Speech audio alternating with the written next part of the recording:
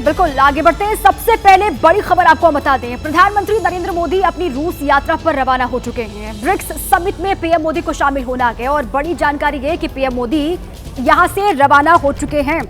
और अपनी रूस यात्रा को लेकर पीएम मोदी ने कहा कि भारत के लिए ब्रिक्स बहुत महत्वपूर्ण है।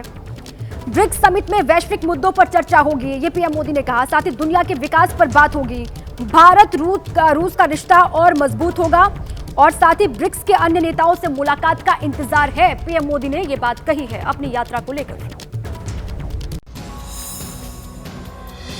रूस के कजान शहर में आयोजित ब्रिक्स शिखर सम्मेलन आज से 24 अक्टूबर तक चलेगा, जिस पर पूरी दुनिया की निगाहें हैं।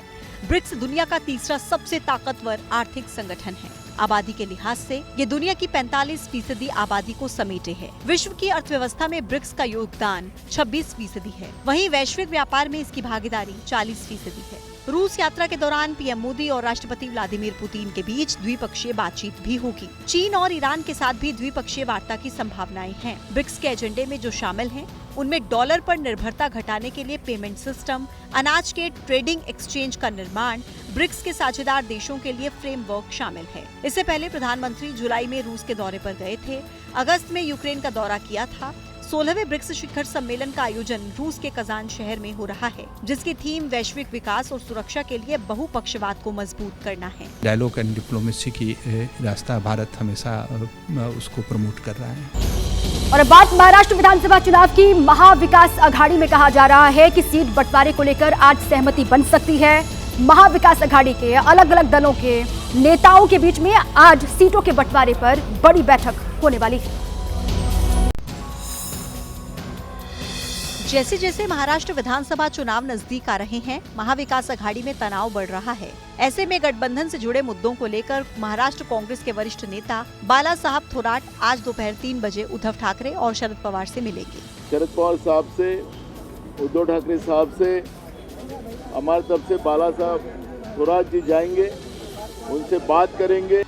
हालांकि सीट शेयरिंग को लेकर शिवसेना यूबीटी नेता संजय राउत और अनिल देसाई शरद पवार से मिल चुके हैं, लेकिन इन सबके बीच महाराष्ट्र में 23 अक्टूबर को कांग्रेस की पहली सूची जारी होगी। दिल्ली में कांग्रेस सीईसी की बैठक में 63 नाम तय कर लिए गए हैं।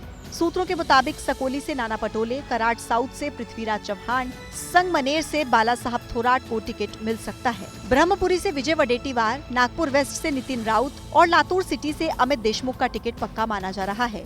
कांग्रेस ने अब तक महाराष्ट्र की 96 सीटों पर स्क्रीनिंग पूरी कर ली है। पार्टी को महाविकास अघाड़ी में करीब 110 सीटें मिलने की उम्मीद है। और बात देखिए दिल्ली की करेंगे। दिल्ली में लगातार सर्दी की दस्तक के साथ ही प्रदूषण का स्तर बढ़ रहा है और सोमवार को एयर क्वालिटी इंडेक्स 300 के पार चला गया और इसीलिए अब ग्रेड 2 राजधानी में लागू कर दिया गया है। एयर क्वालिटी मैनेजमेंट कमीशन ने एनसीआर और आसपास के क्षेत्रों में बढ़ते प्रदूषण को देखते हुए ग्रेड 2 आदेश जारी किए हैं। ये आदेश सुबह 8 बजे से लागू हो चुका है। ग्रेड 2 लगने के बाद दिल्ली एनसीआर में डीजल से चलने वाले जनरेटर पर रोक लग गई है। नेचुरल गैस, बायोगैस, एलपीजी से चलने वाले जनरेटर चल सकेंगे। प्राइवेट गाड़ियों के इस्तेमाल को कम करने के लिए पार्किंग फीस को बढ़ाया जाएगा। सीएनजी, इलेक्ट्रिक बसों और मेट्रो की सर्विस को बढ़ाया जाएगा। आरडब्ल्यूए अपने सिक्योरिटी गार्ड को हीटर देंगी ताकि वो गर्माहट के लिए कूड़ा, लकड़ी या कोयला न जलाएं। दरअसल दिल्ली में वायु प्रदूषण बढ़ने के साथ ही ग्रेड का ग्रेड लागू कर दिया जाता है। दिल्ली और एनसीआर में जब एक्यूआई लेवल 201 से 300 के बीच चला जाता है तो ग्रेड का पहला चरण लागू किया जाता है। एक्यूआई जब 301 से 400 के बीच होता है तो ग्रेड का दूसरा चरण लागू हो जाता है। अगर एक्यूआई लेवल 400 से 500 के बीच चला जाता है तो ग्रेड का तीसरा चरण लागू कर दिया जाता है और 500 से ज्यादा एक्यूआई होने पर ग्रेड का चौथा चरण लागू कर दिया जाता है।